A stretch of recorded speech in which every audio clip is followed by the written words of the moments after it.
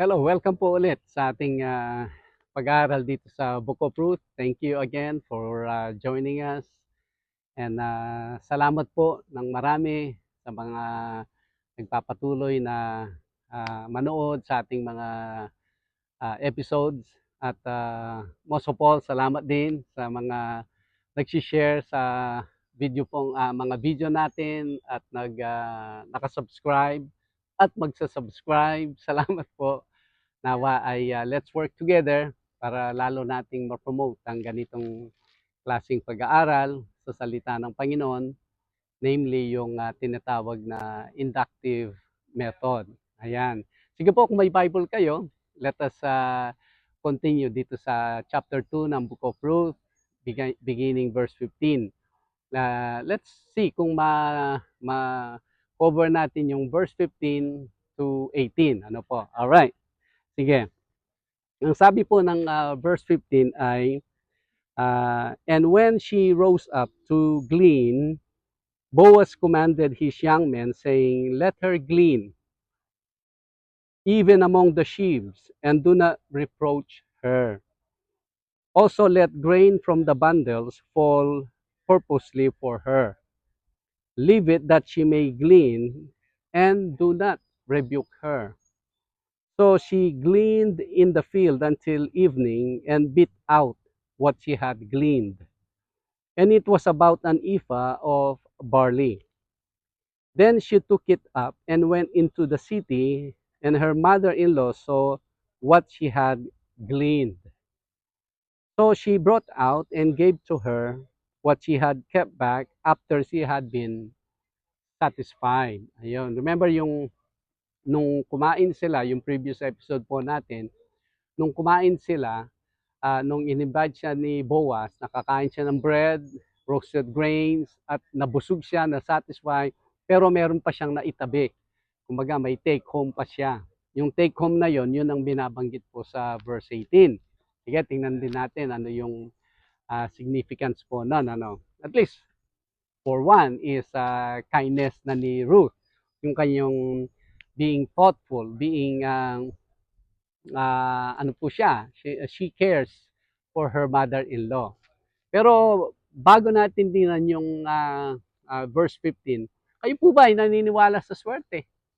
Kayo po ba ay still into this net ng isang bansa dyan sa Asia kung saan inintroduce sa atin yung swerte na all kinds of mga kumbaga yung mga palamuti ba yun, o yung mga different things na ini-introduce sa atin, sabi nila, ay, swerte yan. O yung bracelet, swerte yan. O yung mga nakasabit, swerte yan. Mga ganon. Actually, pag New Year po sa atin, may merong na-introduce na yung lahat ng mga bilog na prutas ay bilhin mo, i-collect mo, at ilalagay dyan sa itaas ng, kumbaga sa taas ng mesa, at the more, o ating merong certain number, no po, may certain number, pag nakumpleto mo yon, ako, swerte ka sa padating na taon. Di po ba? So, yung swerte ay medyo anong tawag doon, na itanim na sa kaisipan natin eh. Ang tanong ay, tayo po ba ay naniniwala sa swerte? Tayo po ba are into swerte, or sa English pa yung luck? Kaya kung tayo naniniwala, usually, commonly, naririnig sa atin yung katagang good luck. Ano po, yung gano'n ang sinasabi natin. Kaya sa mga Christians, yung ba ay isang bagay na okay lang ba na maniwala tayo sa luck? Ano po? Ang luck ay none other but, di po ba, sugal? Kumbaga, ito ba yung lalabas o ito ba yung lalabas? Kumbaga, kung swerte ka, lalabas yung tatayaan mo. Sa Panginoon yata hindi ganon. Sa Panginoon ay He knows exactly what He is doing. Ang Panginoon siya mismo ang purposely ang magbibigay sa atin. Siya yung gagalaw para makarating sa atin yung mga bagay na gusto niyang ibigay sa atin. Ito na, yung binasa po natin. Sabi nga dito sa verse 15, beginning 15, sabi niya, "And when she rose up to glean, Boaz commanded his young men, saying, Let her glean, even among the sheaves, and do not reproach her." So yun muna. Excuse me. Excuse me. So yung sheaves po ay ito yung kumbaga yung hindi pa nila nakakat. Dahil foreigner si Ruth ay baka later on she will ended up harvesting yung hindi pa dapat niya i-harvest. Sabi niya, wag ninyo siyang i-reproach. Dahil nga, you will never know, dahil bago siya sa Bethlehem, at dahil hindi niya alam yung the way they operate sa harvest field dito sa Judah, sa Bethlehem particularly, baka baka magkamali si Ruth. Ang habilin ni Boaz, do not reproach her, sabi po niya, di po ba? Isa na yon. And then ang sabi niya, also, let grain, sa verse 16, let grain from the bundles fall purposely for her. Leave it that she may glean, and do not rebuke her. Dalawa po, do not reproach her kung magkamali siya, and do not rebuke her kung pag mapulot niya yung mga purposely na hinulog ninyong mga grain. Ano po ang nasa kaisipan ni Boaz? Siyempre, ang kaisipan niya yung para mas marami yung mapulot ni Ruth. Ano po? Yung pagkakamali niya ay may allowance. Kumbaga kahit magkamali siya, may allowance. Do not reproach her.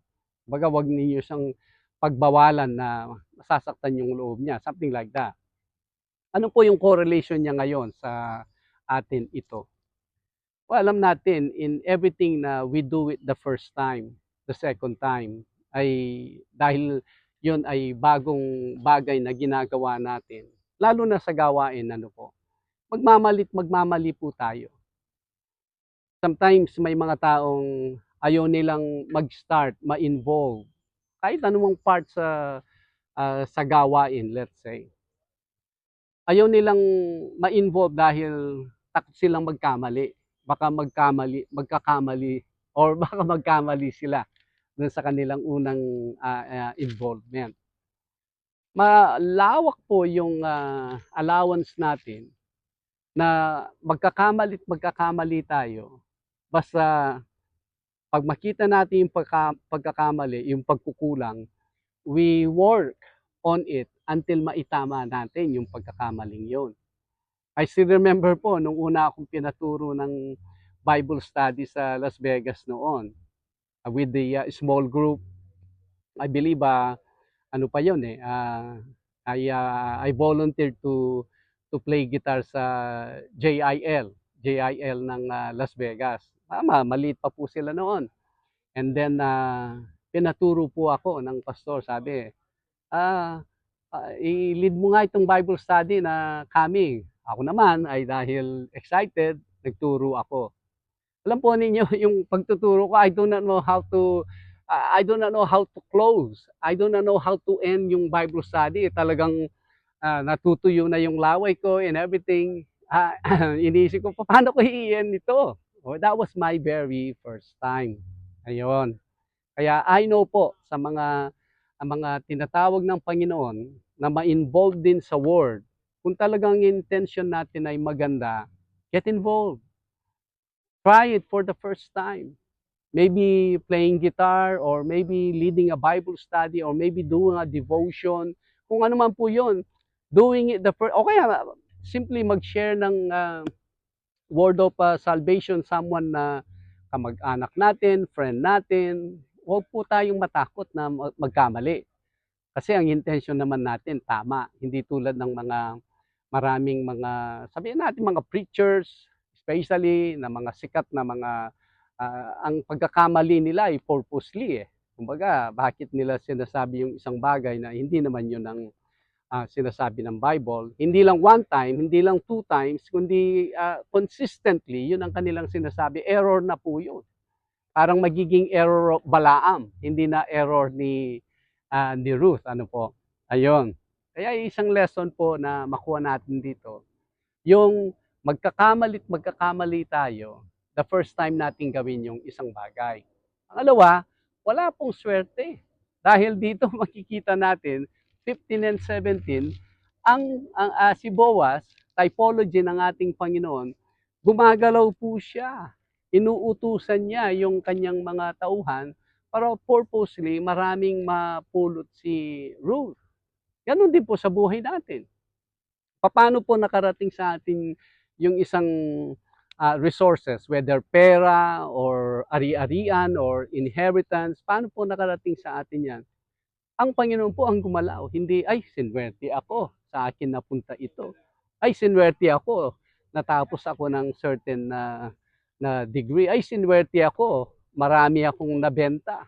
Marami akong na-gain na wealth dito sa engagement. Hindi po, kung tayo ay walang paniniwala sa Panginoon, sige po, aayon ako. Pero kung tayo ay may takot sa Diyos, kilala natin ang ating Panginoong Diyos, mas maganda po i-address natin sa Kanya.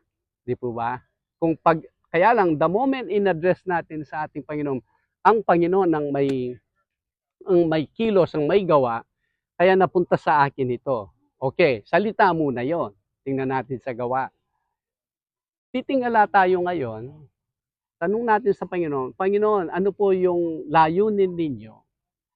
Bakit ninyo binigay sa akin itong resources na ito? You talk to me, Panginoon. Talk to me kung saan mo gustong itulong ko itong resources na ito. Yun po yung susunod doon.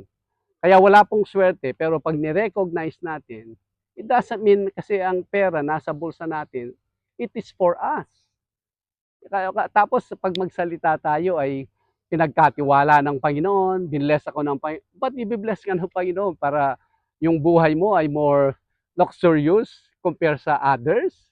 Na ang daming mga napupuntang kaluluwa sa impyerno, day in and day out, every minute, every second, and then i-bless tayo ng Panginoon for the sake of maging luxurious yung buhay natin.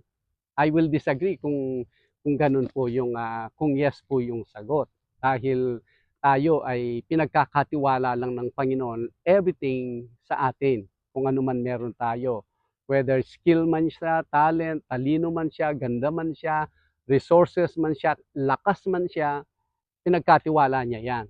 Pag yan ay wala na sa atin, ang tanong is, how much of that nagamit para sa kaluwalhatian ng pangalan ko? Yun ang magiging ibibigay nating account sa Kanya. Hindi yung nagamit lang para na-enjoy natin, para sa sarili lang natin. Ito ngayon, kasi may intention na purpose ang Panginoon sa lahat ng bagay. Wala pong happenstance sa Kanya. At wala ding swerte sa Kanya. Ngayon, kung hindi tayo Kristiyano, okay lang yun. Sabi ko, sinwerte ako, etc. Pero the moment na kilala na natin ang Panginoon, we should refrain, kumbaga, from saying luck, good luck, or sinwerte, o swertehing kanawa. Dapat po yan ay unti-unti nang nawawala sa ating vocabulary, kaya ano po. Alright, 17. 17 ang sabi niya, so she gleaned in the field until evening and beat out what she had gleaned. Tinapos niya yung kanyang sinimulan. Nagsimula siya ng morning hanggang evening, nagtrabaho si Ruth. Then, sabi niya, and it was about an ephah of barley.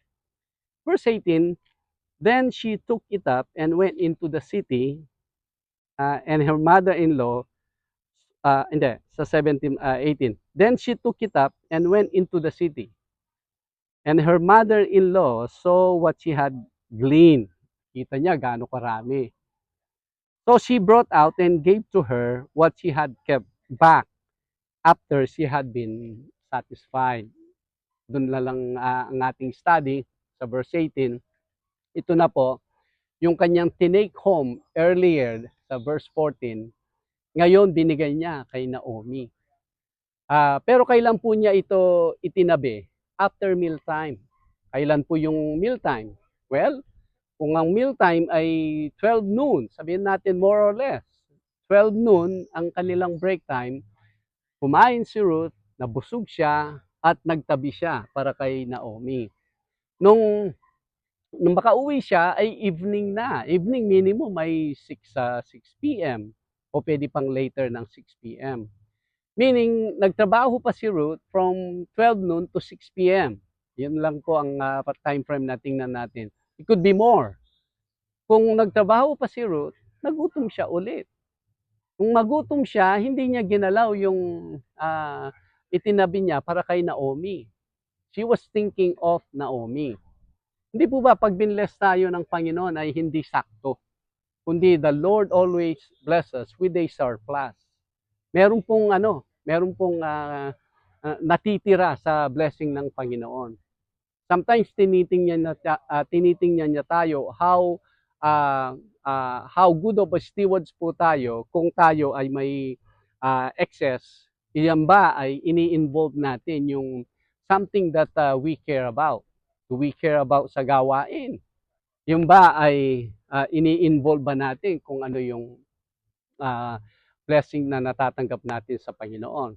Sometimes pag unang dating ng blessing sa atin, ay tutulong ako sa ganito, ay tutulungan ko si ano. Pero later on, lumilipas yung araw, anyways, hindi naman niya alam o hindi naman nila alam na I accumulated this. Parang si Ruth, nandun siya nagtatrabaho. Siyempre, gumagalaw pa siya. Alas 3 na ng hapon, alas 4 na ng hapon, gutom na siya. May naitabi siya. Pwede niyang isipin na, ay, hindi naman alam ni Naomi ito na itinabi ko. Kainin ko na lang. Anyways, ako naman yung napapagod eh. Ako naman ang nagtatrabaho. Alam po ninyo sa story, hindi po 'yun ang nangyari. Si Ruth, itinabi niya yung pagkain, yan ay binigay niya kung kanino niya inisip na ibigay yon. That moment na nung tinabi niya. Kumbaga yung excess doon sa kanyang pagkain, ano po, nung after na ma-satisfy siya. Nawa ganun din ang mga Kristiyano, you and I, ano po. Pag tayo'y binless ng Panginoon, there is always an excess. Ang tanong is, do we involve that into the, kumbaga, furtherance of the gospel? Kung hindi, ay nawa itong verse na ito ay mangusap sa atin na wag lang po para sa atin. Wag natin sabihin, oh, I deserve to have this. I deserve to consume. I deserve to spend this kasi ako naman nagtrabaho nito. Ang tanong is, sino naman yung nagbigay ng kalakasan sa atin?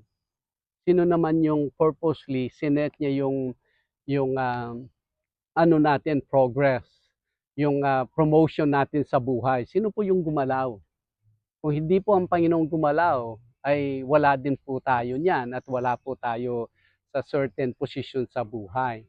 Na wag nawang makalimot na every good things na nangyayari sa buhay natin, the Lord work on that na para tayo ay mapagkatiwalaan niya. And then later, pag nasa atin, let's also consider others who we can be part of blessing them. Nakakarating din yung blessing ng Panginoon sa kanila through us. Doon po tayo nagiging daluyan ng pagpapala. Yung channels of blessing, we will become channels of blessing. Ang Panginoon kasi, He wants to bless every every child of God. Gusto niyang i-bless. Kaya lang minsan, pag pinadaan niya sa isang tao, hindi na, magbablock na doon. Iko-consume na niya for himself. Pero ang intention niya na idinaan lang sa iyo para makarating sa other Christian naman. Ayun. O sige po, hanggang doon lang ang ating study, verse 15 to verse 18. Nawa, meron po tayong natutunan na lessons dito sa segment na ito. Salamat po again, si Pastor Rameses. Gambo po ito. Until next time, God bless and Shalom.